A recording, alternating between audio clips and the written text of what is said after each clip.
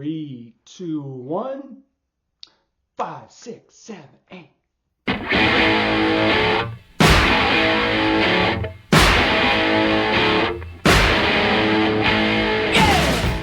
Mac Engel, Footwear Star Telegram, Engel Angle Podcast. Thanks for joining me. It is an exciting time of year, and I'm not just talking about because of the holidays. Yeah, I know, Thanksgiving's coming. All getting ready for the most overrated dish in the world, known as turkey. I know Christmas is coming. I've been to the hardware store, and the hardware store I go to puts out its Christmas items in September. I'm talking about college football season, and one specific figure who is bigger than any other current coach or player. A personality that has been in the American lexicon since the late 1980s. I'm talking about Deion Sanders. You do not have to know anything about baseball, anything about NFL football, or anything about college football to know Deion Sanders. His star wattage and ability to self-promote is unlike anything we've seen in sports and really only has one comp. And there are a lot of similarities between Deion Sanders and Donald Trump. Forget politics. Just remove the politics. Talking just about the ability to stand in front of a camera, to stand in front of a microphone and command our attention while dividing a lot of people in the room. It's uncanny, and it is God-given. These abilities are not taught. There's no class for it. There's no degree. You either have that ability to stand in front of a camera and command it, or you don't. Deion has it. Deion has it on a level that we have not seen in sports really since Muhammad Ali. The man can talk. Now, if you are a Deion fan and if you are a Deion supporter, you have to look the other way on a lot of things. Not too many things, but a lot of things. You have to deal with the shameless self-promotion. You have to deal with the latent hypocrisy and the many contradictions that he will often employ to justify where he is. My favorite being, I'm here where God told me to be. It's always peculiar when I hear people cite God as the reason for being where they are. Typically, it involves the decision that has more zeros on the check.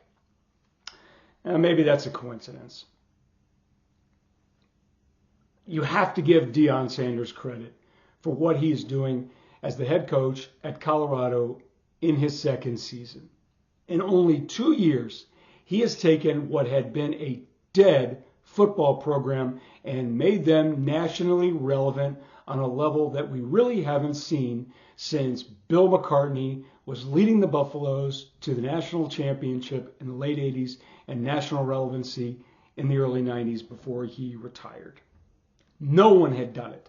Colorado, for whatever reason, despite all of its strengths and attributes, has been mostly a graveyard for college football coaches. No idea why, but it has been. Sometimes that's just the way it is. So Deion walks in, and in short order, after a poor season last year, despite a great start, they collapsed, and now the Buffaloes truly are rolling. They might win the Big 12 championship. They might even go to the 12-team college football playoff, which, believe me, everybody involved wants to see Colorado there because of Deion, because we will watch Deion and we will forgive Deion. I don't have a problem with Deion as a head coach. To me, he's no different than any of the rest of them. You know, I'll sit there and say, I'm doing things different. No, you're not. You're just another college head coach, because there is no different ways to do things. You get super talented players, you win, and you make a ton of money. That's it. That's the job. Growing up young men and all that, that's great. I'm sorry. This is not high school. This is not Division III. This isn't, no. At this level, this is quasi-pro football. Now, are guys going to class? Yeah. Are guys getting degrees? I hope. But this is about winning football games and making money. And Deion's really good at that. So before I go down this rabbit hole of Deion, I want to give the man credit. One of the best football players the game's ever seen. Has no peer as a defensive back. As good as there is. If you want to make arguments about this guy or that guy, Darrelle Revis, Darrell Green, fine, but you are splitting eyelash size hairs. Deion was the best. And not only that, he might be one of the last guys that we ever see to play Major League Baseball and NFL football in the same year. Bo Jackson did it. Brian Jordan did it. Brian didn't get the kind of notoriety and credit the way Bo Jackson did or Deion did, but they did it. And to do that is an incredible feat. We might not see that again. I don't know if the teams, given the way the money the teams pay players these days in both those respective leagues, I don't know if we'll ever see that again. Deion has no peer really in that department. Deion really in front of a camera when he was working as a commentator or an analyst was about as good as they come. And the reason is because he was fearless in dispensing his opinions, which is what you need from those jobs. Don't tell me, well, yeah, maybe. No. Bring opinions. And he was great at it. Which leads me to my first observation of Coach Deion, which is I don't think I can ever remember seeing a guy who occupied that chair. I'm not talking about the head coaching chair, but the chair of an analyst who can deal with criticism any worse than Deion. He can't do it. In fact, he just hates it so much that he banned a reporter a columnist from the Denver Post from asking any questions at his press conferences. Colorado, of course, was like, yeah, sure, great. We totally understand. Whatever you want, coach, you're the best. Because that's the deal with Deion. That's the deal with personalities like that. If you sign up to have them, you take all of them. And the only answer that you can give to them is yes, coach. That is not different to Deion Sanders. There's another guy who sounds a little bit like that. Loyalty is yes to anything. Loyalty and support is you're right, I'm wrong. It's okay to sit there and say I don't condone that, but I do appreciate the fact that he's leading my football team to a great season. But you can't even do that with this guy. You can't. Again, none of that's really new to the person who has occupied those chairs before or do now. It's a common reality in Division I revenue sports in America. Football, men's basketball, sometimes women's basketball, usually not many. My big issue with Deion and how he got to where he did is not really any of those. And by the way, I've met him a couple times. He's fine. He was just a gas bag. But you got to give the guy credit. He's doing something that really hadn't been done. And truly, I'm not sure anybody else could have done it. Because like I said, the man can talk all day. Here's my rub with Deion and why what he did is different than the coach who went to a lower level school all in an effort to climb the ladder to coach at a Power 4 job and make more money and play in the big bowl games. He used a message and he used a school that wasn't sincere. It was sincere, but the execution turned out to expose him as anything but. For years and years and years, prominent African-American sports journalists in this country have lobbied for the best players, who usually are black, in basketball and in football to go to HBCUs and thereby strengthen not only the football team at an Alcorn State, at a Grambling, at a Southern, at any of those colleges, but the entire athletic department, the entire conference that they played in, and ultimately the state of HBCUs in this country. It was a noble ideal. And it's not completely without merit, because if you look at big schools in this country, Indiana University, Notre Dame, Texas, Texas A&M, Alabama, Georgia, South Carolina, name it. They have all used successfully good football teams and good men's basketball teams to further strengthen their brand and overall university. It works because there is no marketing pitch for college other than the Ivy Leagues or Stanford and a couple other ones. There's no marketing pitch for a university any better than a winning football team. There's no better hook than a men's basketball team and a winning football team. In all those schools that I mentioned, you will see applications, donations, and enrollment all spike when those teams are winning. It has nothing to do with education.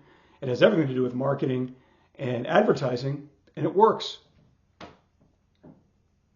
So the whole concept was, if we keep, as a race, our best players going to HBCUs, everybody wins.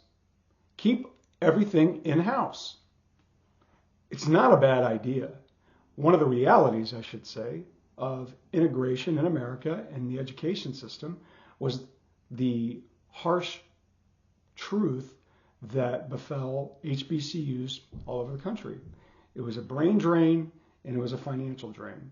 The top professors who were black at HBCUs when integration occurred all left to make more money at different schools. The facilities suffered, everything suffered. And the shame and stain of government endorsed and legislated racism is something that I'm not sure America will ever outlive. The fact that it took until the 60s for America to widely endorse and force desegregated schools, or pardon me, integrated schools, is a disgrace. If you ever walk around the campuses at an HBCU, you can visibly see the difference between that state school and the other state school 50 miles down the road. Jackson State, Grambling, Alcorn State, Florida A&M, name it. You can see the difference. And the schools are fine, but you can see the difference. And the whole idea was, if the best players who are black go to a black college, everybody wins and everything raises up. If anybody could have done it, it was Deion Sanders. So a couple of years ago, he gave it a shot at Jackson State, and he used that message. Jackson State, even though Deion had almost no coaching experience of note, he had done a little bit of assistant coach work at a small private school in Dallas for a couple of years, but nothing really of note. But if anybody could have done that, it was Deion. So Jackson State hired him, and right around that time, Deion made an appearance on the I Am Athlete podcast, and he was asked about, why are you doing it? So this is what he said. This is a direct quote. So how do you compete with Power 5 schools? You bring in a conduit for change. How can we level the playing field? I don't want to level nothing. I want to have the advantage.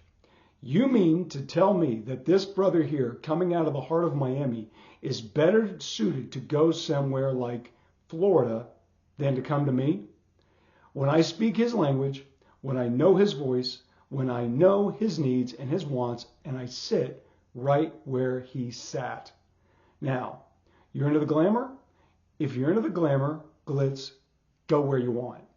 If you're into the real, if you're into the genuine, if you're into let's build this thing and let's get up out of this mess and never look back, you need to ride with me. If Deion Sanders is saying that to a young person, that's a hard message and that's a hard sales pitch to say no to. And if anybody could do it, it was Deion, and he did it. If you look at his brief time at Jackson State, he was able to land, using that recruiting pitch, he was able to land players who never, ever would have considered a place like Jackson State, even though Jackson State has a good, solid history in football. Walter Payton went there. There are 3 members of the Pro Football Hall of Fame who are Jackson State alums. But that was a different era. This is 2020 when Deion is making this pitch to a school that does not have nearly the amount of money that nearby Ole Miss, Mississippi State, Alabama, LSU does. Nowhere near. And yet, he was able to convince top-tier talent, most notably the #1 overall recruit in the country in Travis Hunter, to go to Jackson State to fulfill and pursue that ideal. We're going to do this for everybody who looks like us. That's a hell of a pitch. And damn it, if it couldn't, it might have worked. Because in 2+ years at Jackson State, Deion was drawing attention, money, and notoriety that that school and nobody at the HBCU level had done really since Eddie Robinson. God rest his soul. He was doing it. He was living the mission. And the first chance he got to take off and to go for the glamour and glitz, he was gone. And not only was he gone, he took the recruits that he sold that pitch to go to Jackson State, and they followed him to Colorado. A head coach leaving a job and going to a higher profile job and bringing a bunch of players with him, that's not new. That's not new. That's going to happen all the time, and it will continue to happen all the time. Deion didn't necessarily separate himself from anybody else. What he did was he used recruiting pitch and an idealism to draw guys in. And honestly, that kind of sucks. I don't have a problem with Deion getting the Colorado job. I don't have a problem with Deion Sanders walking around the assistant coaching tree to be a head coach, whether it was at Jackson State or Colorado. UAB hired Trent Dilfer for virtually no reason at all other than the fact that he had been on ESPN and he talked football very, very well on television. It's been a disaster of a hire. Deion Sanders as the head coach of Colorado has been anything other than a disaster. It's worked, and you've got to give him credit. Whether or not he stays, I don't have any idea. The part that always bothered me, it will always bother me, is that he sold an ideal to get that first job. He sold an ideal to recruit players that is unlike any other sales pitch that any other coach could make. And it turned out not to be genuine, because ultimately, if you follow Deion's career, which we all have since the late 80s, if there's anybody into the glamour and the glitz, it's Deion Sanders.